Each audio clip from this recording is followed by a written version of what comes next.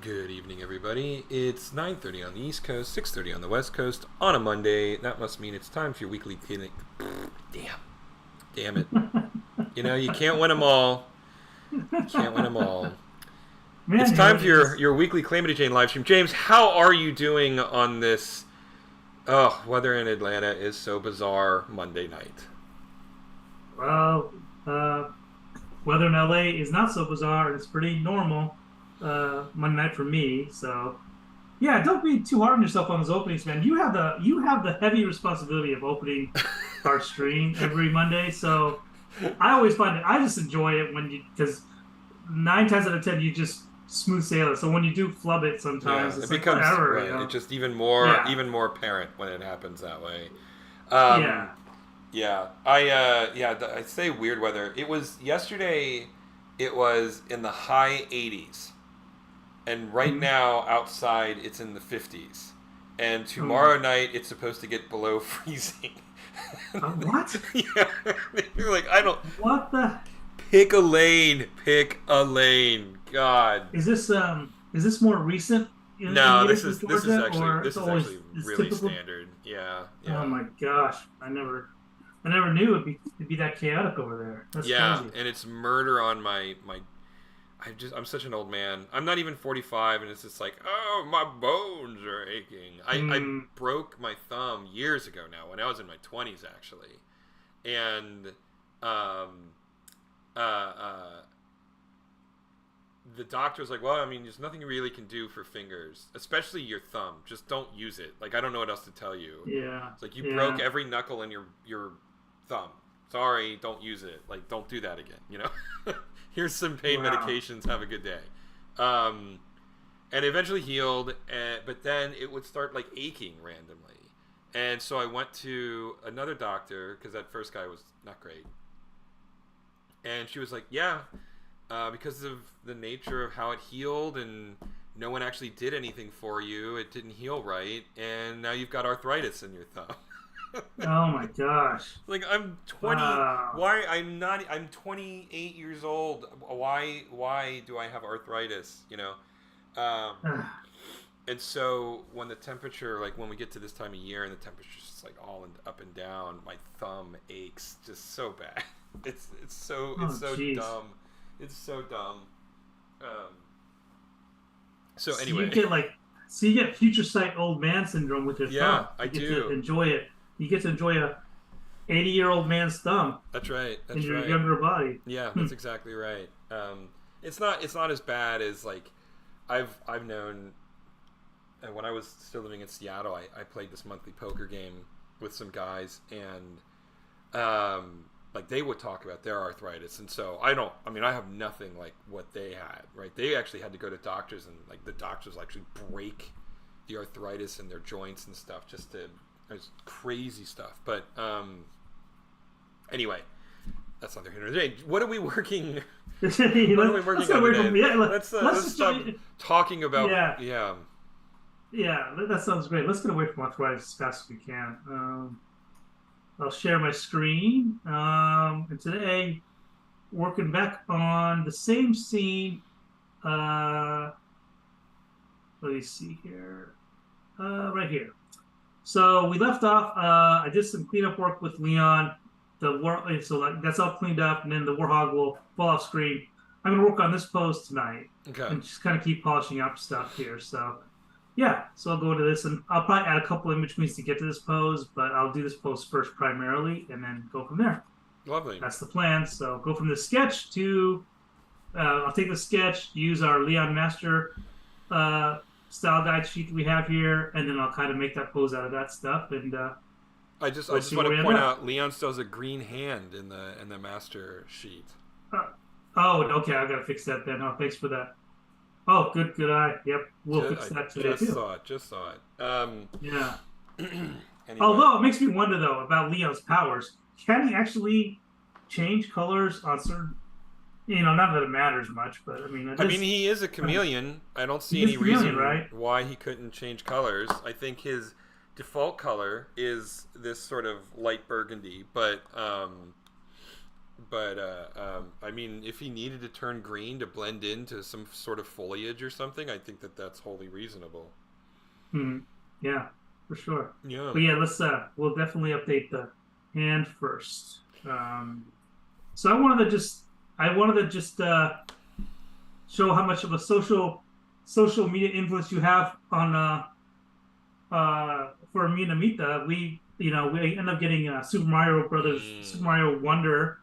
Um, Great game. All that you were talking about. It is a very good installment for the Mario Brothers franchise. I was telling you yesterday, like offline, like I pretty much consider this version of the game pretty much like going on a. If you could do a Disneyland ride in a video game, this is the game that you could do it in. I mean, this game, it's crazy how much, like a lot you're saying, just echoing back to last week. You tell the developers, the whole team had a lot of fun making the game, and some of the levels really reflect that with how carefree it feels like with the game. That really shows how much of a mastery they have over their process making the game. But yeah, so Meet and I, we actually played it co-op together Mm-hmm. all the way through the first world. So we beat Bowser Jr., I guess, as the Mm-hmm. first boss. Mm-hmm. Minor spoiler, but it's been out for weeks. So I mean, it's Super Mario Brothers. It's always Bowser Jr. yeah, If it's not yeah, it's Bowser always Jr., Bowser. it's the Koopalings. So it's Yeah. It's gonna be one of them. Yeah. So, but yeah, great game so far. I haven't played it since then. Meanwhile, I know with you, you're pretty much. I'm assuming that you beat the game, right? I and mean, then some. pretty Yeah, I've much, gotten and every then single some. Wonder Yeah. Seed, beat every single stage. At this point, I'm going back through and collecting all the purple coins and getting the top of the flagpole on all the stages. Well, you have to do that, or is If you it want just 100, if you want 100% the perfectionist? game, those are options, right? I mean, you don't have to collect all of anything. Uh-huh. And it's always Mario. It's sort of your level of investment, right? And it's just other Mm-hmm. milestones that you can work to achieve if you want to. Mm-hmm. But it's just I don't want to leave this world, and so I'm. It's sort of the situation when you find a game that you really, really love, you try to squeeze as much blood as out of the rock as you can, Mm-hmm. and it's sort of it's in that kind of vein right now. I've done all of the main stuff, so I've beaten every stage. I found every exit. I've gotten every Wonder Seed. And I'd say I'm at about 80% of the way there in terms of getting all the purple coins and getting all the tops of the flagpoles. Mm-hmm. Um, and I'm just now switching characters, looking at the different character animations. I'll probably next time I turn it on play as Yoshi. Because Mm-hmm. the Yoshi and Nabbit play slightly different. You can't get the power ups, but they also have like flutter jumps, and they don't take damage from enemies, so it's slightly Mm-hmm. different. Um, so it's really cool that they have basically two completely different play styles in the Mm-hmm. game, and and if you're playing co-op and one of you is playing Yoshi, the other person can ride and like get a shortcut almost, right? Like it's the perfect parent-child game where the Mm-hmm. kid can play as Nabbit or Mario and you play as Yoshi, and then if it gets too hard, they could just jump on Yoshi's back and then you can help him through the stage a little bit. Mm-hmm. But anyway, so yeah, I'm kind of doing that, but yeah, at this point I'm about 80% of the way through the game at this point. So, but yeah, it's phenomenal, and it's a shame that Sonic Superstars came out Came the out the same. same week because I was enjoying that game. I mean, we talked about it briefly. The boss battles are terrible because they're not like this is supposed to be a real throwback game to the Halcyon days of Sonic, but then they really screwed up the boss battles. Okay. And so the boss battles aren't fun, but the stages are really fun to play through. And I think the one thing that I really appreciate from this that obviously wouldn't work in Sonic, or in Mario Wonder, is that because Sonic and Tails and Knuckles and Amy Rose, which are the four primary playable characters, their abilities and the way they navigate through the world are so fundamentally different. They did something that's really clever, and I haven't fully explored it, but it seems like it'll be fun too. The stages are so big, like Sonic can't access certain parts of the stage that Knuckles can access because they have different abilities. Mm-hmm. And so every time you play through the game, depending on which character you're using, you will probably take a different route through the stage just by virtue of the fact that the different characters have different powers, which I think is really cool. That's really clever, right? Mm-hmm. But it came out a couple of days before Super Mario Brothers Wonder, and so sorry, Sonic, you're just gonna have to wait. Yeah, it's too bad. Um, but this so this installment of Sonic, would you say it's as good? I mean, does it make the same splash that Mario Wonder does? It doesn't really, huh? I Not mean, it's really. I mean, I've always liked Sonic games. Don't get me wrong, but I mean, at least for what I'm looking for from a platformer, Sonic games pale in comparison to Mario. Always have. And that's not to say that they're yeah, not fun. It's just like if someone said pick one, I mean, there wouldn't be it's there not wouldn't even be a close. debate. Yeah, Yeah. exactly. Um, that being said, I'm about 4 worlds into 12 of Sonic Superstars, and this last world had a segment that I didn't really like. There was a lot of gravity bosses moments that you've talked Mm-hmm. about, which I Mm-hmm. love. I love that gravity Yeah. boss is such a great visual. It's Um, so it was too many gravity bosses in this one stage, but other than that, really enjoyed it. I mean, they've done a good job of bringing 2D Sonic into a 3D visual space, but retaining sort of the feel and the weight and the momentum of the character, right? Because that was always something that never they never really capture before mhm. for whatever reason. In this game, they've done a much better job of capturing the speed and the fluidity and the just sort of the momentum of Sonic using 3D graphics, which is always something that they've had trouble with.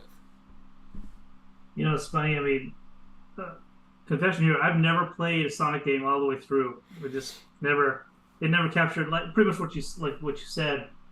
Uh, it just doesn't. I put it in the same category with Mario being a flagship character type of game, and I never really cared about Sonic that much to look at play it through for the lore or whatever. But with Mario, I would for the most part play most of the Mario games. I think I played most of them, save for I'm playing through Wonder now, which came out, and the other one before this one was what's it called? The one with the hat. He throws a hat Oh, around. Super Mario Odyssey. Yeah. Odyssey. I haven't played Odyssey yet. I still have that in the cellophane in the wrapper. I need to unwrap it and play it. And I know it's really good. Everybody Yeah. raves about that one too. Yeah. So I mean, I guess I'm in for a treat eventually when I do break down and play it. But It came out in 2017. I mean, what is... I it's- feel like the statute of limitation on excuses is starting to expire here. I had Neo to play, Neo 2 to play, Mm-hmm. Dark Souls. I got into Mm-hmm. that whole thing. That's my excuse. It's terrible. I know, Well, and but then there was... I will forgive you because you also had to play Monster Hunter Rise. And that is... oh, and you got me to that too. Yeah. So yeah, that's your fault. So it's funny with Monster Hunter Rise. I put in the last count. I'm around 355 or so Mm-hmm. on that game, Mm-hmm. easy. So yeah, great game by the way. Which is also interesting that you bring that up. I mean, we'd always go back to talking Mario, but We spent I an know hour Capcom. talking about it last week, so... Yeah, but but Mario's so much fun to talk about. Yeah. I don't know. I could, like I think you were saying last week, we could easily talk an hour or two about Mario stuff. But I do want to throw in like I saw some announcement where Capcom says that they're gonna announce some big game coming out next year, and is it the 20th anniversary of Monster Hunter next year or something like that? I don't recall. Monster I'm Hunter. just looking at the stars, and I'm wondering, they're just pretty much saying they're gonna release another Monster Hunter game. Yeah, it is. Because It's the 20th yeah. anniversary next year. So I don't know. If I was in Vegas betting, that's my bet. Is it what other blockbuster game can they really release that justifies it? I mean, we have Mega Man games, right? But I don't know if Mega Man ever rose to the heights that Monster Hunter did. No. As much as I'm biased, I like Mega Man a lot. I actually, No, I do too. Yeah. if I want to pick out of the two franchises, I'm more skewed towards Mega Man, despite what my hours playing that Monster Hunter game is, only because of nostalgia and sentimental reasons as a kid playing and all that stuff. But I don't know. I just feel like in today's climate for games, if they want to make a lot of money, then they're gonna pick the one that has been selling like hotcakes, which is Monster Hunter, right? Well, I mean, there have been a lot of rumors from some pretty reliable leakers saying that the next Monster Hunter game is on a Nintendo platform, and with it basically all but confirmed that the Switch 2 is coming out next year. I Oh my mean, gosh. to have the next Monster Hunter on the Switch 2, you might as well just like go ahead and just, I mean, like it's it's just gonna be unbelievable. You know what I mean? I mean, having the Yeah. next Monster Hunter on the brand new Switch follow up. I mean, they're never gonna be able to keep the Switch in stock. Like it's just, whatever it ends up No. being. You're gonna good luck getting one for the next 10 years when that happens.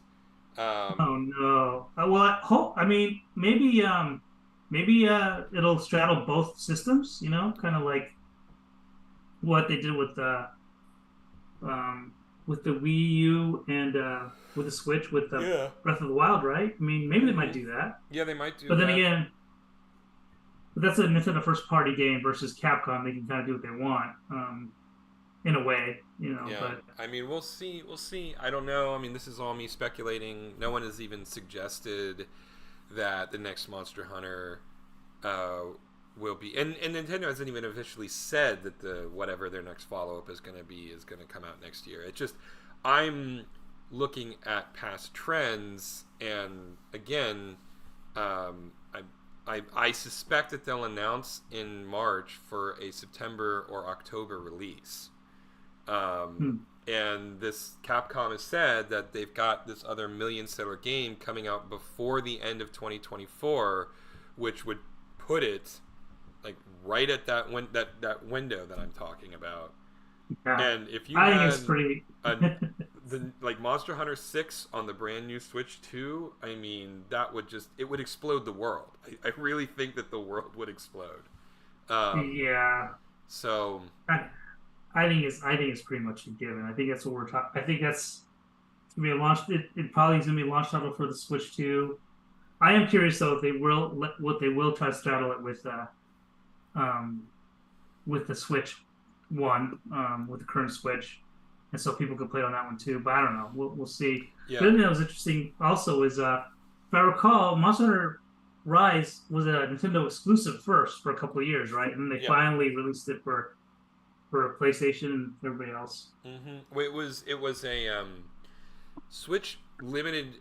It was a limited exclusive. It came out on the PC like 6 months after it released on the Switch, and then like a year and a half on the other platforms, right? Okay. All right. And obviously, that Nintendo paid a lot of money for that limited exclusivity, and it seems like it was money well spent given how many units it sold. But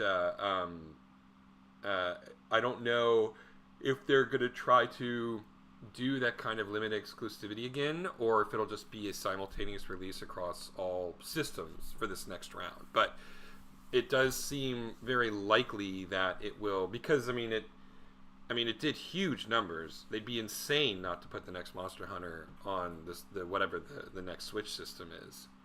Um, but in any case, yeah, I mean that's all speculation for the time being. But it feels right to me, Yeah. given everything that has been said about it, all of the rumors from very reliable uh, leak sources, and Mm-hmm. Mm-hmm.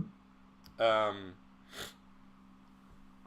sorry, Penny is exploring places she shouldn't be exploring. As you can see behind me, I am started packing. You can have And it. You can have a new background in a couple of weeks. in a Pretty much couple of when weeks, when it's yeah, we won't be around next week. But in 2 weeks, yeah, you'll see me in a new background, and we'll see how that goes. Anyway, what's it's neither here nor there. So yeah, I mean, it should be pretty interesting to see where that goes. I'm curious. I think your instincts are right. I do think it'll be the next Monster Hunter. It's possible that it's not Monster Hunter 6 and instead it's a remake of the original Monster Hunter. Oh Um, wow, you've heard that rumor too? Like no, no, where? no. I'm speculating, just Oh, you're pure speculating. Okay. speculation.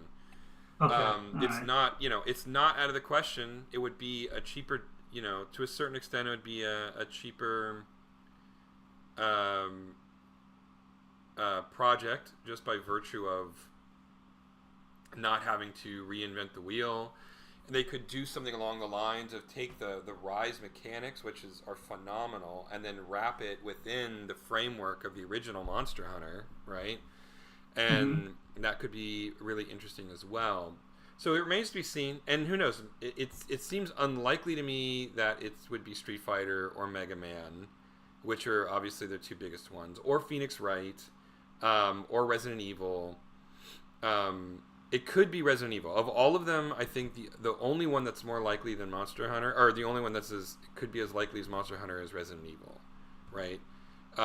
Because Resident Evil Village came out like a couple of years ago now, so it's been a minute since there's been a new Resident Evil. They've done a lot of remakes of 2 and 3 and 4, but there hasn't been a new Resident Evil in a while. So Well, the thing I don't understand about Resident Evil is, to me, that brand is out there in the. They always refresh it every year. It seems like there's always a Resident Evil remake of some sort, or they finally release a new one on their, on their cadence of every 4 years, mm-hmm. something like that. Mm-hmm. But it never, I never, because it's always being talked about, whether it's a remake or a new one. I never feel like it's never, you never get a chance to miss it, as a franchise, at least for me.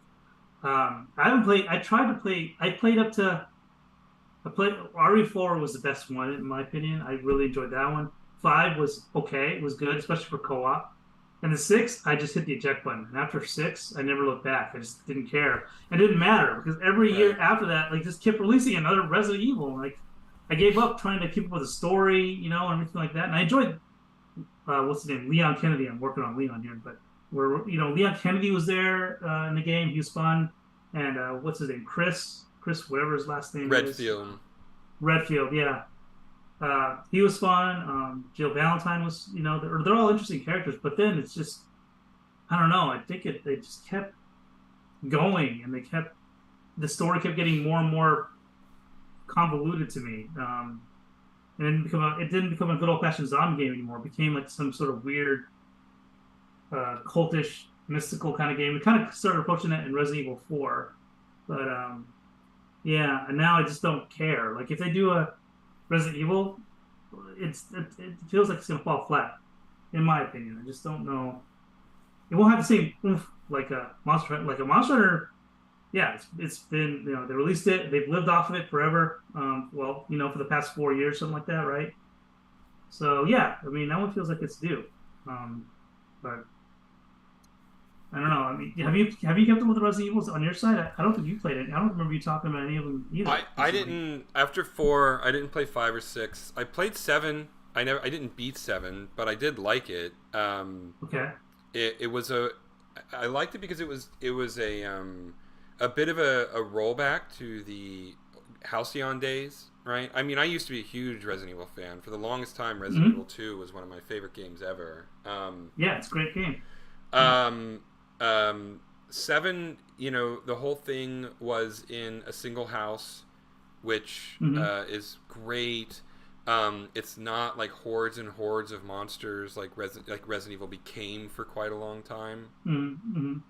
It's just a few monsters here and there, and it's back to the like having to think about your ammo and manage your resources, and more into the creeping terror as opposed to sort of the zombie overwhelming terror, right? Mm-hmm. And I liked it. I never got around to it, not because I wasn't enjoying it, but just because I got distracted by other things.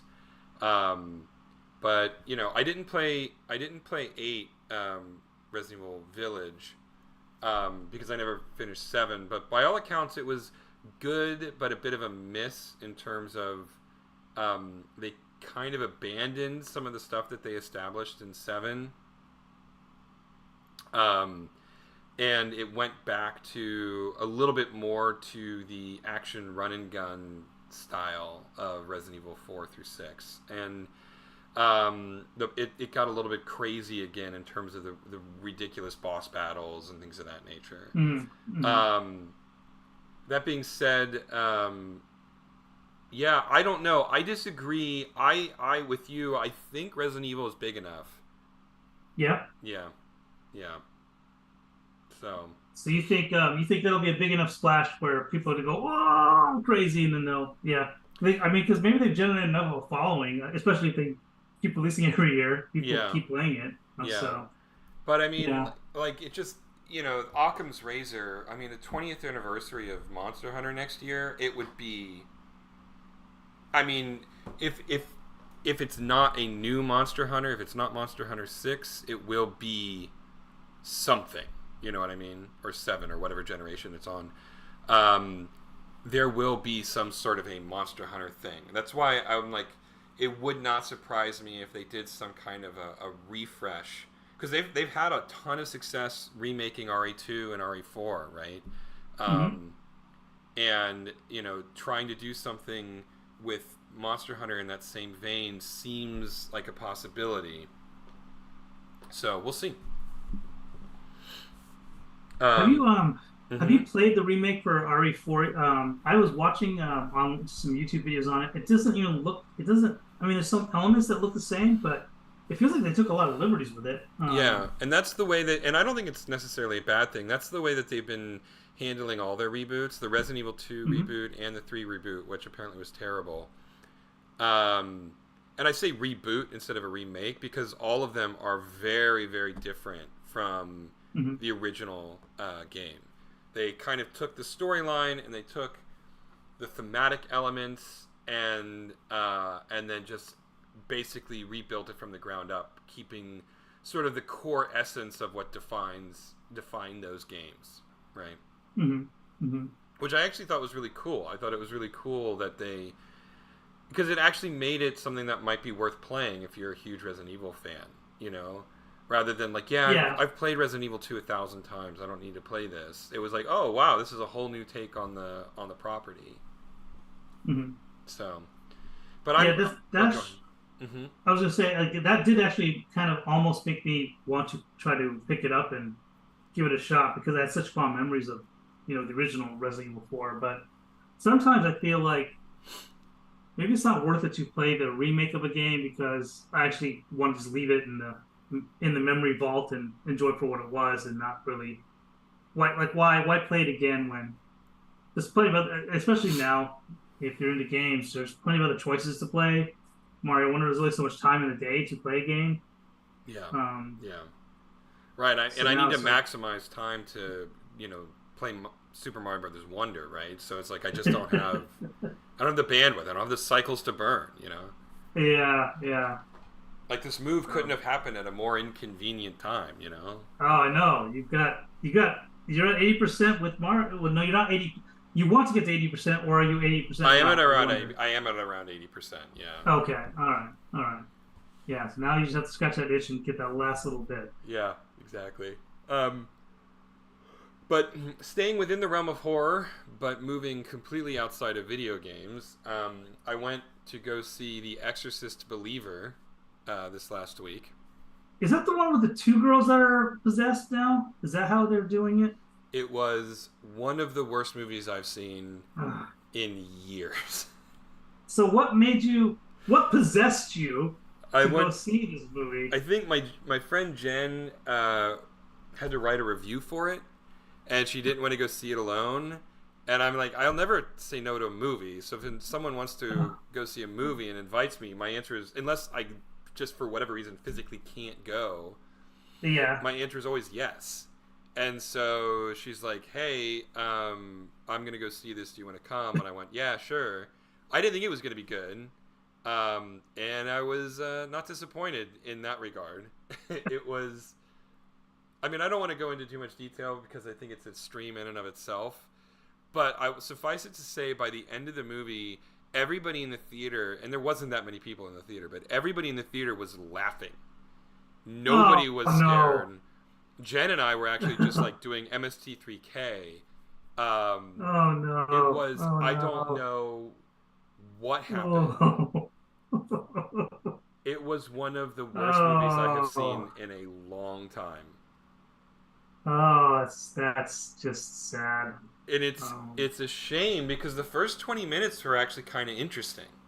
Like, oh, interesting. Oh, okay. maybe all the reviews are wrong. Maybe they're being too harsh and this actually is going to be good. But then there's just like this one line that happens early in Act 2, and that was and Jen pointed it out to me, that was sort of like the point where it turned, right? And it's like after Uh-huh. this line, it just kept getting worse and worse and worse to the point where we were just cackling by the end of it. I mean, there was just nothing even remotely tense or scary about it. It turned into an accidental, unintentional farce, right? Like, it looked like something that you would see in one of the Scary Movie movies. Oh boy, I mean, that's just oh, that's anyway. just sad. Yeah, So so who was it? A notable director, or was it just somebody that just kind of it was the guy who directed the Halloween reboots, David Gordon Green. yeah? Um, I haven't seen any of the Halloween reboots at all, so I have no idea. Is he any good or People liked the first one of the three of those reboots, and then hated the other two. Um, okay? Although the third one is kind of much maligned, and now that the dust has settled on it, the general consensus is like this was a great horror movie. It was a terrible Halloween movie, Huh? right? And but yeah, I mean, he was not able to recapture whatever it is he tapped into for the Halloween reboot movies. That's that's too bad. But again, I mean, have they been releasing Exorcist movies for a while, or what? I've seen the original. It's a classic, I guess you could say at this point, right? I mean, Oh yeah, the first one is an absolute classic. It's yeah, phenomenal. yeah, They did a second Exorcist movie, um, yeah. and I don't actually know that I've ever seen it. And they've I done thought, yeah, I think I may have seen it myself, but I don't remember it. I just yeah. remember like the priests were the priests were pretty notable. I think wasn't George C. Scott in the second one? I don't know. It's been a while. I don't know honestly. I mean, it Yeah. was oh, what is his name? It was I can't remember his name. The priest in the first movie is a very famous actor, Ingmar Bergman. That's where he started with Ingmar Bergman movies. Oops. No, not that horrible. Oh, are you looking up Yeah, so they stuff? did do. Yeah, so they did three. There's three Exorcists apparently, and then in 2004 they did a prequel called Exorcist: The Beginning, and Okay. they All right. did. It looks like did they do? Okay, they did like a TV series or something. I don't know if it's has anything to do with the property or if it just happens to have the same title. It seems unlikely that it would be unrelated, but it ran for 2 seasons. Um, I don't know why you would turn that movie into a. But let's see here. Yeah, so they did three. George C. Scott was in the third one. Third one. Okay. All right. Richard Burton was in the second one. Um, let's see. The first one was a Max von Sydow. Or Max something von like that? yes, that's who I was looking for. Thank you. Okay. All right. Yeah. Yeah. So I've seen the original three. That I just don't remember. I don't remember the first one being the most memorable and Mm-hmm. scary. George C. Scott did a great job in three. I remember his performance in it. Mm-hmm. Um, yeah. Yeah, But yeah. I've never seen the two or three. I mean, if you're really bored, and you like George C. I mean, if you happen to like George C. Scott, it's worth Yeah, watching it for that. He's a good job. Um, but yeah, it's not a must. It's not a must I don't think they're like compared to other movies that you could spend your time watching. There's other scary movies probably worth your time to see Yeah. about the bat. Yeah. Yeah. Anyway, now I'm just scrolling IMDb. I'm sorry. This is super compelling right now. Trying to, there's so much they've actually done a huge amount with this property, and Yeah. and like it doesn't, uh, yeah, like it doesn't like I just it completely went over my head. I saw the first one and then never watched And any of never the other bothered. ones. Yeah, Yeah. it's crazy, Sorry, I just got distracted. There's like a whole horror franchise that I've not explored whatsoever, and I'm like going down a rabbit hole in the middle of the stream, which makes very, very compelling conversation. So I apologize for that. I've closed the window and now I'm refocused. No worries at all. But yeah, it was I was definitely the way the movie ended. It definitely seemed like they wanted to, like, if this was a hit, they would definitely do more, right? And given at least the audience that I was with, I do not see this movie getting a follow up. Yeah, they might let it rest for a little while, let it lay dormant, and then but they'll always bring it back. That's what studios do. They always want to bring back stuff. Some new executive comes in and needs to make a splash. They'll dust off some archive of some movie that hasn't been used in a while, which is what happened here, obviously. And now that it's ruined, it'll take another generation for another executive to show up and then try their hand at it again. It's maybe another 10 years or something. It's like the Fantastic Four, Yep, same thing. But yeah, I'll be honest, I don't have a lot of geek stuff on my mind this week. My mind has been very focused on getting this move executed. Yeah. Well, we're at a good spot anyway to kind of wrap things up. I got this pose pretty much done for Leon, from the sketch to final. I'm pretty happy with where we're at. I do have a question though. I want to pose to the writers' room, which is you. All right, I'm ready. Yes. So I'm thinking about his guns a little bit. Like how much, I'm just these are placeholder guns right now, right? Yeah. But like, what if they're long guns like this? Like how much signature do you want? Like how much signature should we have? As we, I don't know. It's not that's not that important. Again, I will. Grand scheme of things. I will say, since we've decided to de-emphasize the guns as a part of Calamitys characters.